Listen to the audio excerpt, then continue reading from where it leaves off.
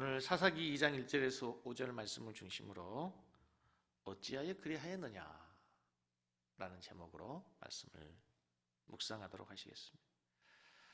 오늘 우리 성도님들은 여러분들이 신앙생활에서 가장 큰 문제점이 뭐라고 생각하십니까?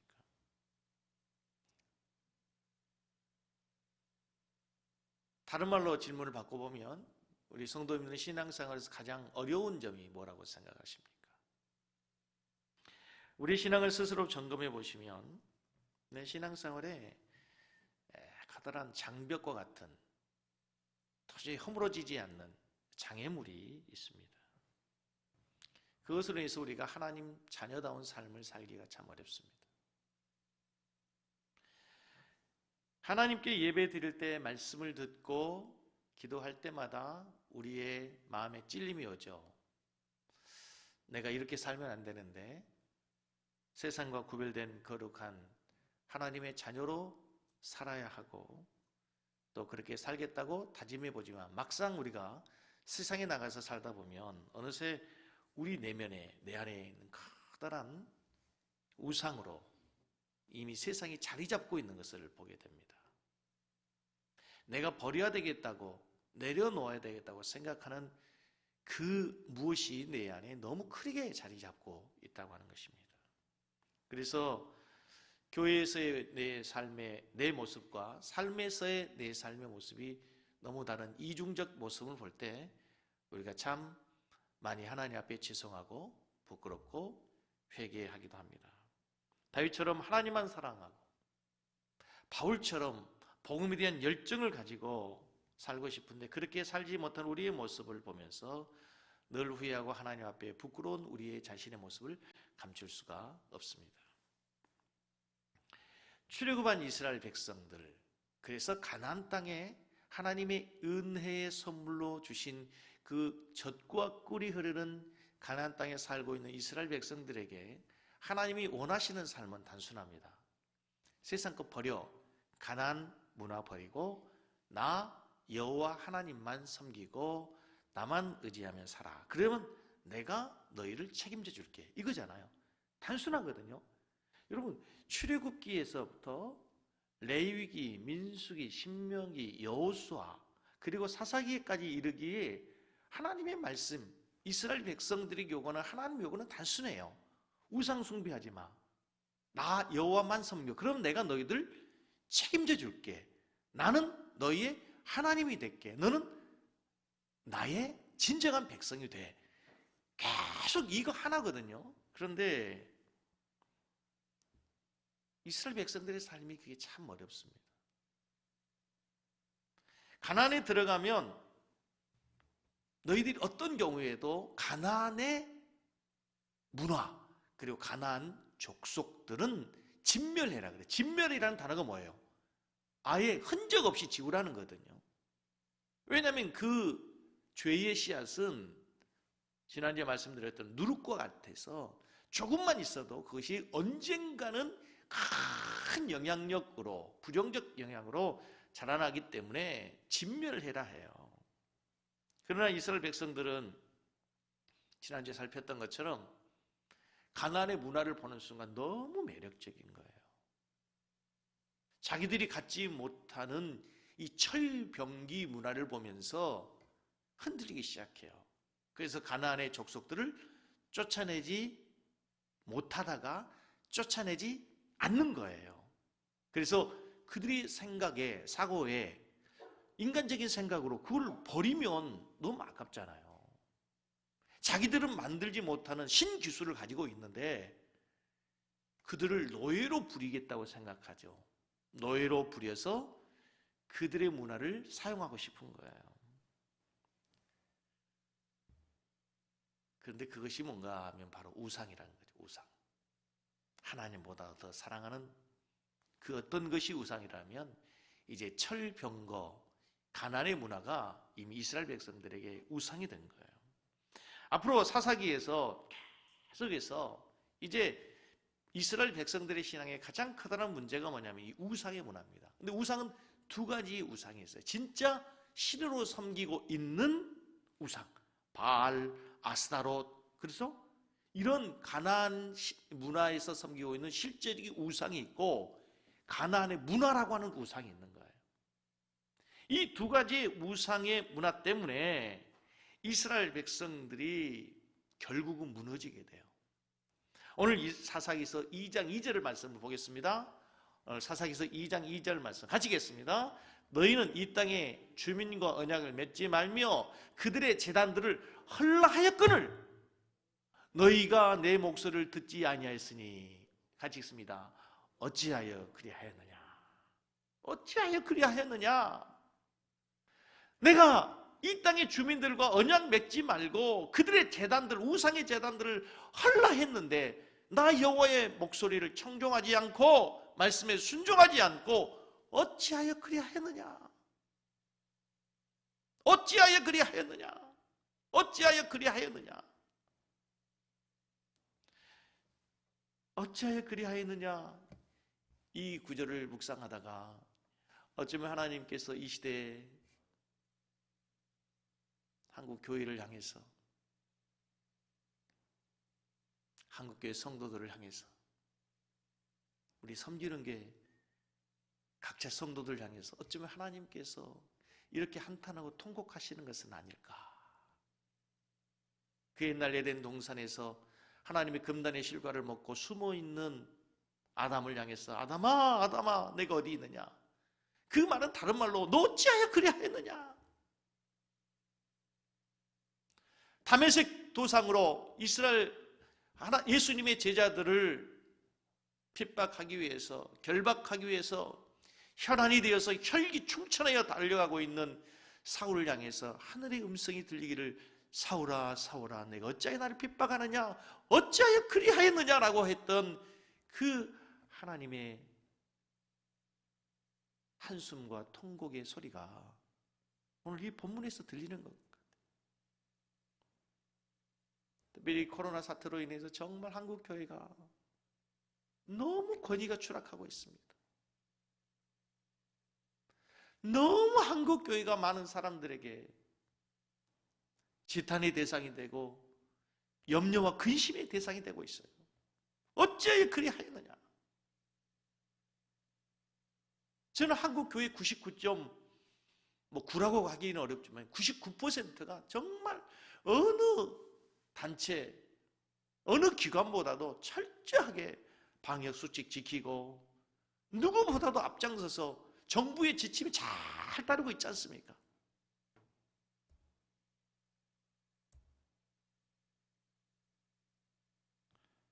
여러분, 가나안의 문화는 정말 달콤합니다.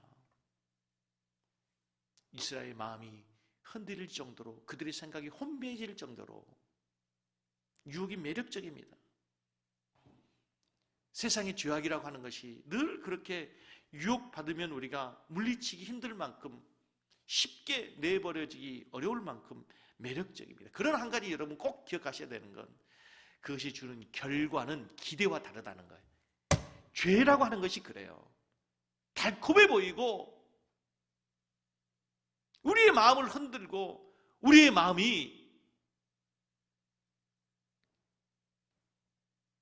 때로는 무너질 때도 있지만 죄의 선을 넘는 순간 죄를 범하고 난 이후에 오는 그 결과는 아담이 금단의 실과를 먹기 전에 보암직도 하고 먹음직도 하고 탐스럽기도 하고 정말 모든 것을 줄 것처럼 보여졌지만 먹고 난 다음에는 부끄러워 수치에 두려움에 떨었던 것처럼 죄라고 하는 것이 그렇다는 거예요.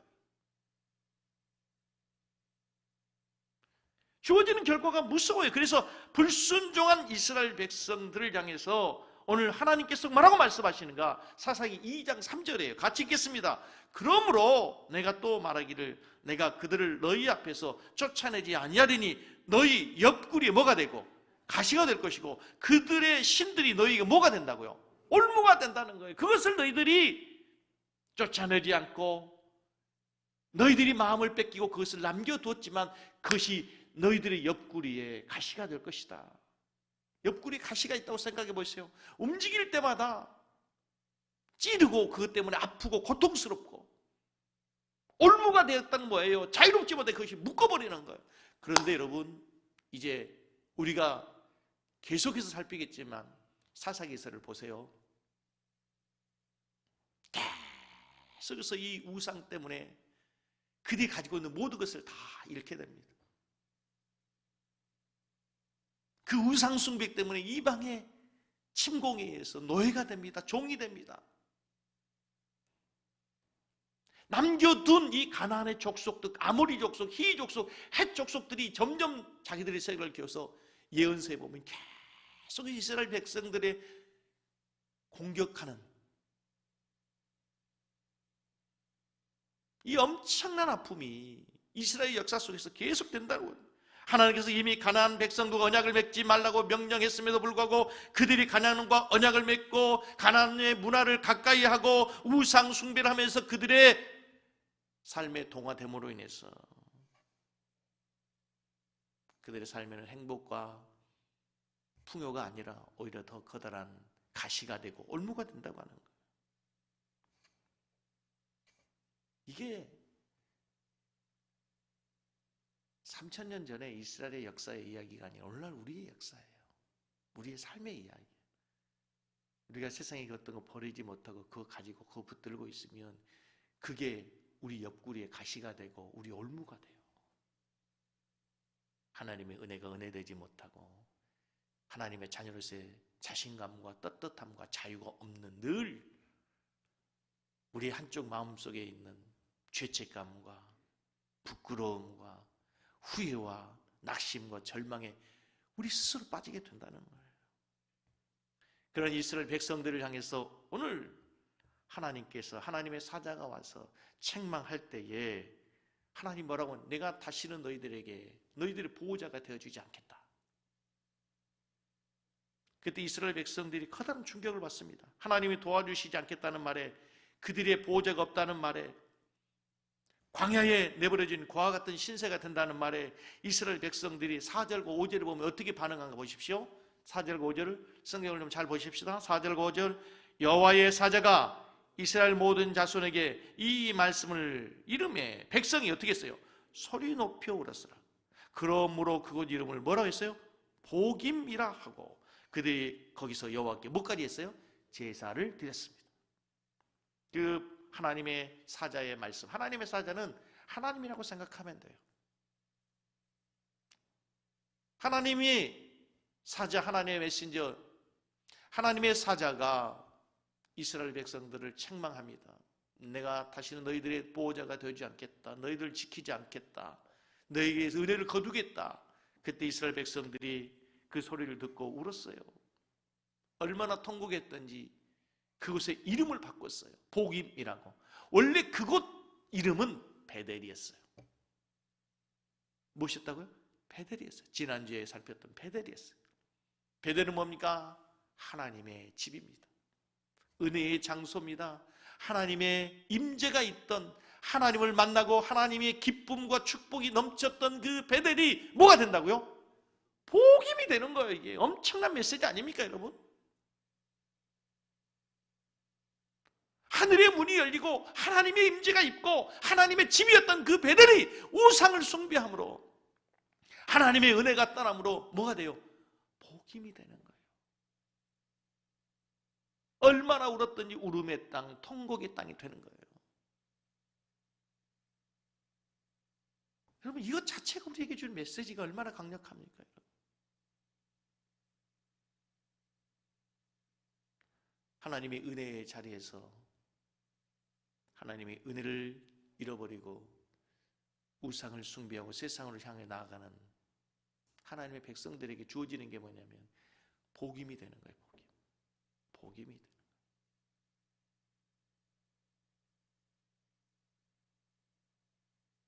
얼마나 어렵게 우울은 자란 의미의 복임으로 그 땅이 바뀌어지게 돼요. 하나님의 백성들이 하나님의 땅, 축복의 땅, 가나안 땅, 젖과 꿀이 흐르는 그 행복의 땅에 와서 뭐가 돼요? 우는 자가 되는 거예요.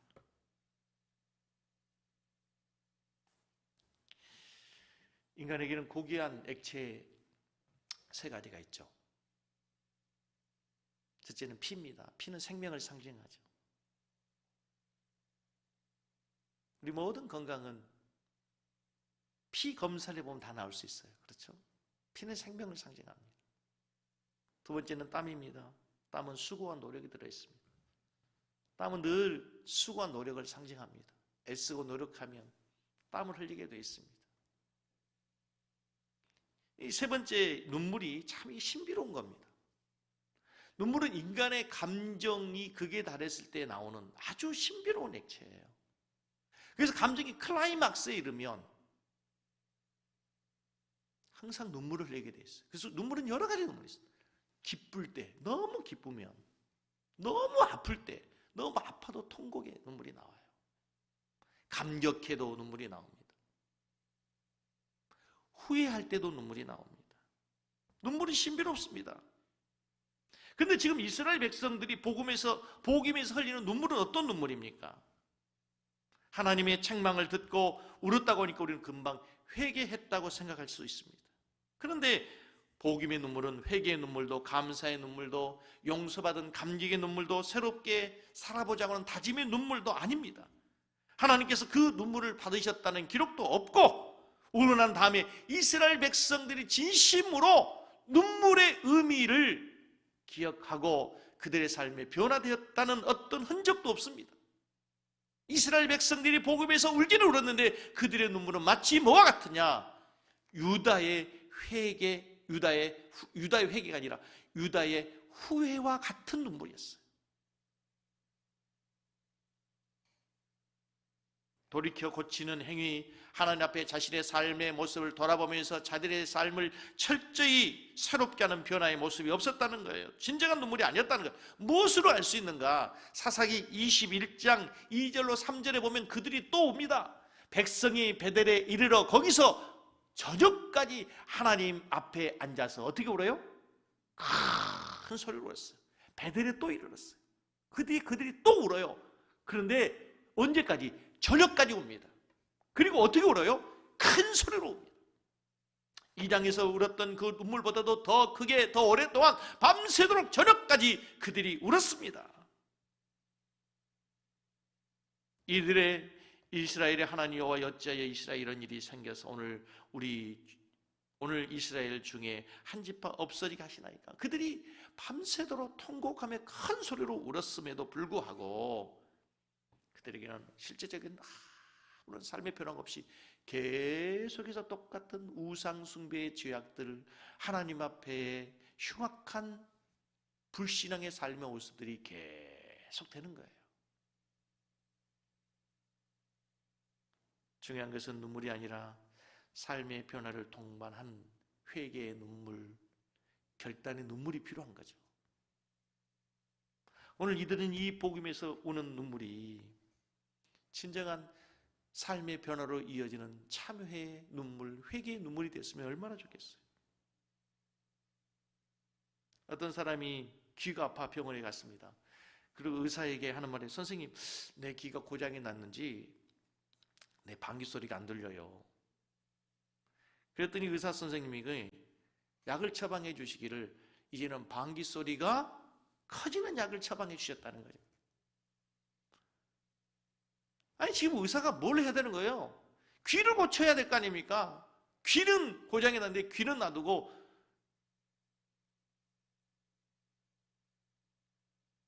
더 소리를 크게 하는, 방귀 소리를 크게 하는 약을 처방해 줬다면 그 의사는 잘못 처방한 거죠. 어디를 고쳐야 하는지, 무엇을 해야 되는지 모르는 의사와 같은 게 지금 이스라엘 백성들의 삶이라는 거예요. 아무런 의미도 목적도 없이 그냥 울었어요. 이게 지금 이스라엘 백성들의 삶의 이야기를 얘기하는 건가요? 우리 얘기 아닙니까? 지난주에 와서 하나님 앞에 기도했고 그 전주에 하나님 앞에 기도했던 그 반복된 우리의 실수와 허물과 죄악의 삶이 여전히 계속 반복되어 늘 해마다 부흥하면 봄철에 부흥회 때, 가을에 부흥회 때 늘 하나님 앞에 회개하고 하나님 앞에 다짐하고 약속해보지만 또 원위치로 돌아온 우리의 삶과 얼마나 같은지 모르죠. 그래서 성경은 오래전 이야기가 아니에요. 지금 우리의 이야기인 거예요. 사사기를 3000년 전에 이스라엘의 역사로 얘기하지 마세요. 우리의 신앙의 역사예요. 우리 교회의 역사란 말이에요. 그래서 하나님의 말씀은 살아있는 말씀이 되는 거예요. 할렐루야. 소설과 다른 게 바로 그거예요. 이 말씀을 보면서 우리의 모습을 보면서 깜짝 놀라야 돼요. 우리의 마음의 죄악을 들키는 거예요.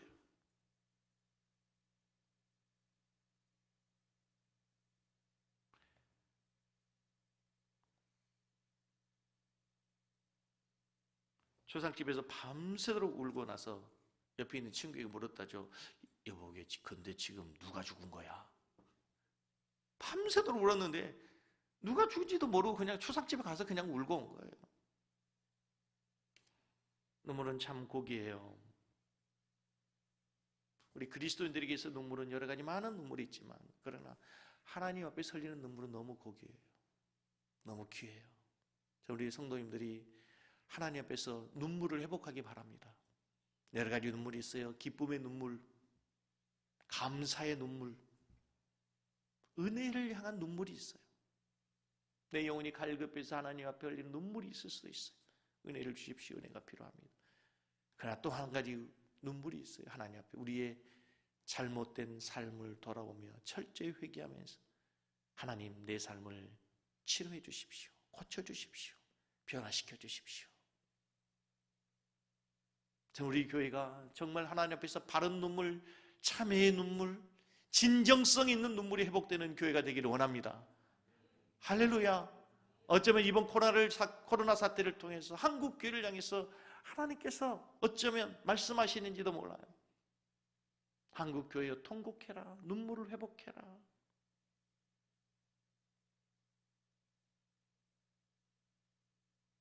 여러분, 영적인 싸움이란 우리의 신앙의 성숙, 성활한 하루아침에 한번 눈물 찔끔 흘렸다고, 기도 한번 했다고, 말씀 선구자 한 구절을 암송했다고 변화되는 게 절대 아닙니다. 가나안의 문화는 우리가 생각하는 것보다 훨씬 매력적이라니까요. 훨씬 매력적이에요.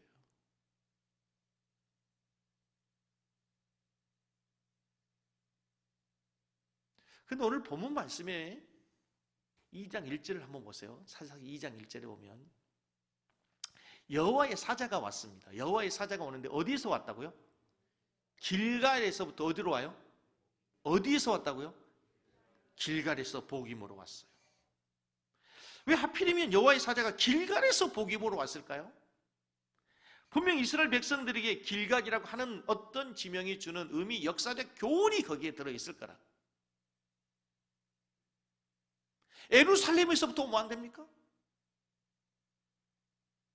요단에서부터 오면 안 돼요? 그런데 길갈에서 왔다는 거예요. 여호와의 사자는 하나님의 종, 하나님의 메신저, 때로는 하나님 자신을 일컫는 아주 중요한 단어예요. 여러분, 호렙산에서 모세에게 여호와의 사자가 나타나죠. 불꽃 가운데. 그때 그분은 뭐예요? 내가 여호와다. I am that I am. 나는 여호와다. 스스로 있는 자다 그래. 그때 여호와의 사자는 누구예요? 하나님 스스로, 하나님 자신이었어요. 그분을 우리는 제 성육신하실 성자 예수님이 구약 성경에 인간의 모습으로, 하나님의 모습으로 나타났다 얘기하죠. 여호수아가 가나안을 정복하기 전에 두려워하고 있을 때 여호와의 사자 군대 장관이 나타나죠. 그분이 바로 이분이셨어요. 모세에게 나타나서 이스라엘 백성들을 구원하시겠다고 약속해 주신 분, 가나안 땅을 정복하기 전에 여호수아에게 약속해 주셨던 분, 그 하나님의 사자가 어디서부터 왔어요? 길갈에서부터 왔어요.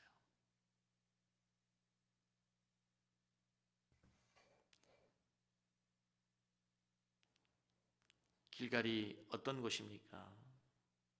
길갈에서는 하나님의 언약이 맺어졌던 은혜의 장소였습니다. 길갈에서 있었던 일들이 몇 가지가 있었어요. 여호수아 4장으로 가서 보면은 길갈에서 어떤 일이 있었냐면, 여호수아 4장, 5장에 보면은 길갈에서 어떤 일이 있었는지 이스라엘 백성들에게 하나님께서 잊지 말라, 잊지 말라, 잊지 말라 하면서 중요한 것을 너희 후손들에게 가르치라면서 교훈했던 몇 가지 사건이 있었어요. 첫째로 여호수아 4장 20절을 보면 여호수아 4장 20절을 보면 같이 보겠습니다. 시작.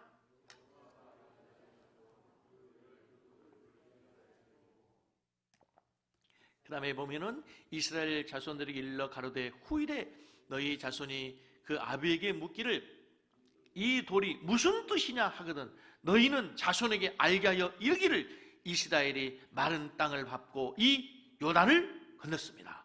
거기 길갈에서 이스라엘 백성들에게 하나님이 명하신 일이 하나 있었네요. 뭐예요? 12지파들이 가지고 온 돌. 어디서 갖고 왔어요?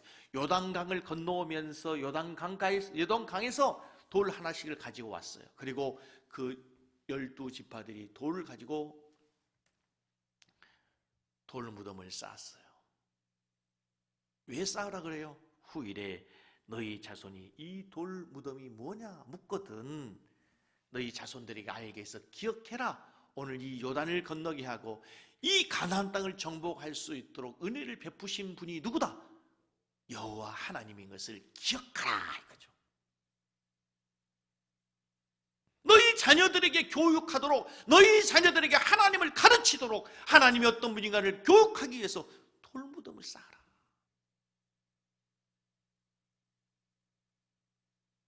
얼마나 하나님께서 간곡히 부탁했습니까? 그런데 지금 이미 이스라엘 백성들이 그 하나님을 잃어버리고 우상을 숭배하고 있어요.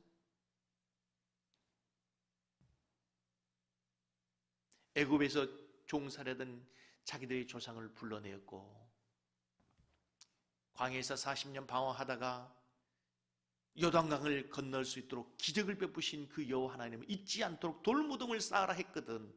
후일에 너희 자손들이 이 돌무덤이 무엇이냐 묻거든 너희를 구원하신 여호와 하나님이 어떤 분인가를 가르치라 교육했음에도 이미 지금 이스라엘 백성들은 여호수아 죽고 난 다음에 바로 뭐 했어요? 그 길갈의 하나님을 잊어버린 거예요.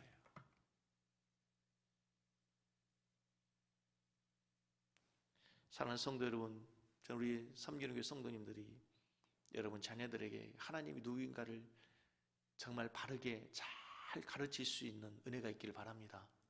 다음 주가 이제 우리 다음 세대 자녀들에 대한 얘기이기 때문에 그 얘기를 다음 주에는 살필 텐데요. 여러분 하나님이 누구인가를 아는 것이 참 중요합니다. 지난주 수요일 날 제가 잠깐 그런 말씀을 시편을 묵상하다 저는 아주 은혜를 받았어요. 여러분 우리는 다윗처럼 고난을 당하면 다윗이 당하는 고난이 얼마나 많습니까? 우리는 하나님께 이렇게 하나님 나를 이 수렁에서 건져 주십시오. 이 고통스러운 삶에서 억울한 삶에서 나를 좀 하나님 해방해 주십시오. 이렇게 우리의 문제를 해결해 달라고 기도해요. 우리에게 하나님 우리 자녀 수능시험 잘 보게 해 주십시오. 우리 남편 사업 잘 되게 해 주십시오. 하나님 내 아픈 육신의 건강하게 해주십시오. 우리 이렇게 기도한단 말이에요. 근데 다윗은 달라요. 시편을 자세히 보십시오. 다윗은 모든 곳에서 먼저 뭐래? 하나님이 누군가를 선포해요. 여호와는 나의 목자시니 내가 부족함이 없으리. 여호와가 나의 목자시니 내가 부족함이 없습니다. 선포하고 나서 그 모든 문제가 자연히 해결되는 거예요. 여호와는 나의 반석이시오 구원이시오 나의 요새시오 피할 바위시오. 하나님이 누군가를 선포하는 거예요. 그러면 그 문제, 그 다음의 문제는 자연스럽게 하나님 앞에 다 그 문제들이 해결이 되는 거예요. 하나님 앞에 문제가 보여지지 않는 거예요. 하나님 앞에 문제가 더 이상 문제되지 않는 거예요. 지금 이스라엘 백성들이 가장 커다란 문제가 뭡니까? 가나안 문화에, 가나안의 우상에 마음을 빼앗겨버린 거고 그들의 믿음이 무너지는 거예요. 왜 그래요? 길갈에서 하나님이 돌무덤을 쌓고 너희를 구원하신 하나님을 기억하도록 해라. 그 하나님이 누구인지 잊지 않도록 해라는 그 여호와를 잊어버린 거예요. 벌써. 우리로 얘기하면 뭐예요? 늘 1년에 한 번씩 왜 고난주간이 있어요? 왜 부활절이 있어요? 너희를 위해 고난당하신 십자가에 피 흘리신 주님을 생각해라. 그 십자가의 죽음에서 다시 부활하신 능력의 주님을 기억해라. 이거예요. 똑같아요. 길갈의 하나님을 기억하라. 우리가 늘 십자가에 못 박혀 죽으신 예수 그리스도를 생각하고 부활하신 주님을 기억하는 것과 같단 말이에요. 그래서 늘 다시 우리가 길갈을 기억해야 되는 것처럼 십자가 앞으로 다시 나오는 거예요. 십자가 앞에 나와서 우리가 또 무릎을 꿇고 그 주님을 붙들게 되는 거예요. 그게 길갈로 돌아가는 거예요. 두 번째, 그곳에 있었던 일이 뭐냐면 할례를 행하라 하였어요. 여호수아 5장 2절과 3절에 보면, 여호수아 5장 2절과 3절을 보면, 그때 여호와께서 여호수아에게 이르시되, 같이 읽습니다. 너는 부싯돌로 칼을 만들어 이스라엘 자손들에게 다시 할례를 행하라. 지금 이 상황이 어떤 상황에서 주어진 거냐면요, 이스라엘 백성들이 막 기적 가운데에서 요단강을 건넜습니다. 전적인 하나님의 은혜로, 능력으로. 지금 이스라엘 백성들의 사기는 충천합니다. 하늘을 찌를 듯합니다. 이런 추세라면 이스라엘이 가나안을 점령하는 것은 시간 문제입니다. 파죽지세로 지금 사기가 충천해 있는 이스라엘 백성들은 파죽지세로 가나안 땅을 공격하고 점령해야 됩니다. 한편 가나안 족속들은 이스라엘 백성들이 요단을 기적 가운데 건넜다는 소식을 전해드리면서 여호수아 5장 1절에 보면 뭐라고 나오냐면, 여호수아 5장 1절에 보면 5장 1절에 보면은 마음이 녹았고 이스라엘 자손들 때문에 정신을 잃어버렸다는 거예요. 이스라엘 백성들이 하나님의 기적 가운데 요단강을 건넜다는 소식을 듣고 가나안의 족속들은 어떻게 했다고요?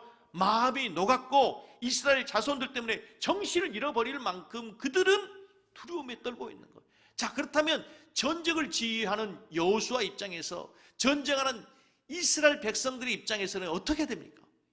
이스라엘 백성들은 사기가 충천해 있고 저들은 정신을 잃어버릴 정도로 두려움에 떨고 있다면 돌격 앞으로 저들을 쳐서 무찌르라, 저 성을 점령하라 해야 될 거예요. 그런데 하나님 뭘 하라면 할례를 행하라. 여러분, 이거는 상상할 수 없는 일 아닙니까? 할례란 남자의 생식기의 표피를 자르는 거 아닙니까? 할례를 행하면 남자가 힘을 쓸 수 없죠. 전쟁을 할 수 없는 거예요. 지금 천신만고 그때 가나안 땅을 밟았습니다. 주변에는 적들이 포진해 있어요. 가나안의 7족속이 최신식 무기로 준비하고 있단 말이에요. 적들이 포진하고 있단 말이에요. 하다못해 나무를 꺾어 활을 만들고 녹슨 칼을 갈고 바위에 돌창을 문질러 전의를 불태워야 할 시점에 하나님이 할례를 행하라니요. 그리고 나서 하나님께서 할례를 행하라고 말씀하시고 난 다음에 여호수아 5장 9절에 뭐라고 말씀드립니까? 여호수아 5장 9절을 보겠습니다. 여호수아 5장 9절에 할례를 왜 행하라 말씀하시냐면, 여호와께서 여호수아에게 이르시되 내가 오늘 애굽의 수치를 너희에게서 떠나가게 하였다 하셨으므로 그 이름을 오늘까지 뭐라고 해요? 길갈이라. 길갈이라는 뜻의 이름이 뭐예요? 애굽의 수치가 물러갔다. 애굽의 수치. 종살이 할 때 이스라엘 백성들이 얼마나 노예 삶에 수치가 있었습니까? 고통스러운 삶, 치욕스러운 삶. 하나님께서 여기서 대단히 중요한 걸 말씀하는 거예요. 할례를 행하면서 애굽의 수치가 굴러갔다라고 하는 뜻은 뭐예요? 너희들 더 이상 노예 근성을 가지고 살지 마라. 너희들이 노예 근성을 버리라. 여러분, 노예로서의 삶에 가장 어렵고 힘든 게 뭡니까, 여러분? 자유가 없다는 겁니다. 억압과 착취도 있고 여러 가지 많은 노예 삶에 고통스러움이 있지만 노예는 자유가 없는 거예요. 자유가 박탈된 것입니다. 이스라엘 백성들은 몸은 애굽을 떠났지만 광야 생활하는 동안에 그들은 노예 근성이 버려지지 않았어요.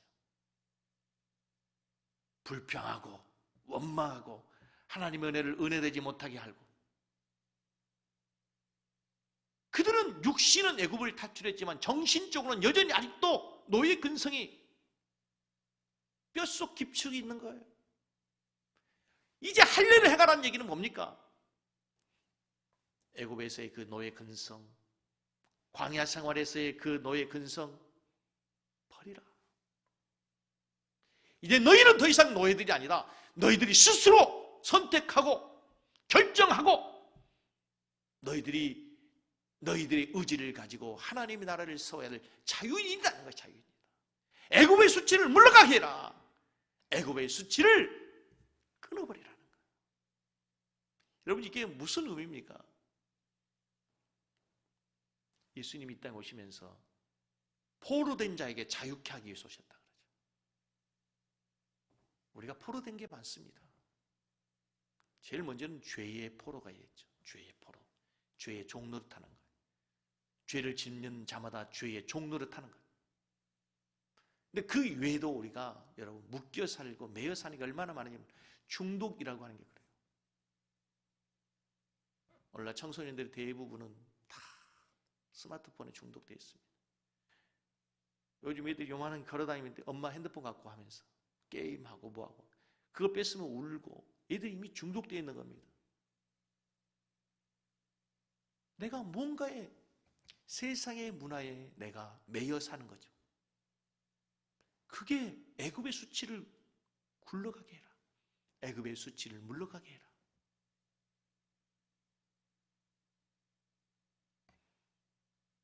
할례가 뭡니까? 죽고 사는 거죠. 수치를 잘라버리고 애굽의 수치의 삶에 모든 것을 다 없애 죽여버리고 이제는 새로운 삶으로 가나안의 백성으로 자유로운 하나님의 시민으로 살라는 거예요. 얼마나 멋진 삶입니까, 여러분? 생각해보면. 그런데 지금 여전히 이스라엘 백성들이 다시 뭐예요? 애굽의 종이었던 그들이 어디로 가는 거예요? 가나안의 종으로 가는 거예요. 가나안의 문화에 매여 사는 종으로 들어가는 우상 숭배는 뭐예요? 우상의 종이 아닙니까?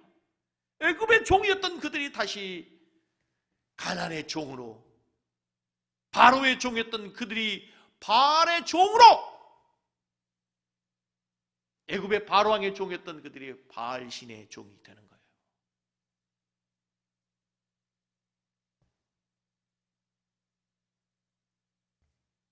말씀드렸던 것처럼 종살이의 가장 슬픔 중에 하나는 내 삶의 결정권이 주인에게 있다는 거, 나에게 없다는 거. 그러나 이제 너희가 가나안 땅에 살 때 이제는 너희 스스로 하나님의 나라와 가나안의 나라, 하나님의 문화와 가나안의 문화 가운데 의지적으로 너희들이 하나님의 나라와 하나님의 문화를, 하나님의 말씀을 결정하고 하나님의 백성으로 살라.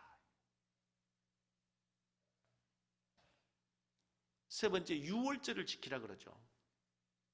길갈은 할례를 행한 후에 유월절을 회복한 장소였어요. 길갈에서 첫 번째 뭘 했다고요? 돌무덤을 쌓았어요. 돌무덤을 쌓아. 하나님을 기억해라. 하나님을 기억해라. 두 번째 뭘 했어요? 할례를 행했어요. 할례를 행했어요. 세 번째 뭘 했다고요? 유월절을 지켰어요. 유월절을 5장 10절에 보면 이스라엘 자손들이 길갈에 진쳤고 그달 14일 저녁에 여리고 평지에서 유월절을 지켰습니다. 유월절이 뭡니까? 유월절은 이스라엘 백성들에게 잊을 수 없는 애굽에서 종살이하고 있을 때 하나님이 구원하신 것을 기억하는 거죠. 애굽의 바로 왕의 힘과 군대에서 구원받은 것은 그들의 힘과 노력이 아니었어요. 모세의 능력도 아니었어요. 오직 하나님의 은혜로 유월절 어린 양의 피를 문지방 좌우 설주에 바르는 가정마다 하나님의 은혜로 죽음의 사자가 넘어가고 구원을 받은 거죠. 가나안 땅을 정복하기에 앞서서 하나님께서 유월절을 지키라고 하는 것은 너희의 힘으로 가나안을 정복하는 것이 아니다. 애굽에서 바로 왕에게서 너희를 구원하신 하나님의 은혜로, 그 하나님의 능력으로 너희들이 구원받은 것처럼, 탈출한 것처럼 가나안도 하나님의 능력으로 너희들이 정복할 수 있다. 가나안의 전쟁은 너희들의 전쟁이 아니다. 여호수아의 전쟁도 아니고 모세의 전쟁도 아니었던 것처럼 이제 사사시대 너희들이 저 가나안 땅을 정복해 가는데, 저 철비연거로 무장한 저들을 정복해 가는데 너희들의 힘으로 하는 것이 아니다. 유월절, 애굽의 바로왕의 그 강력한 군대에서 구원하셨던 그 하나님이 너희를 구원하실 수 있도록 유월절을 기억해라. 그게 길갈에서 오신 여호와의 사자의 메시지였어요.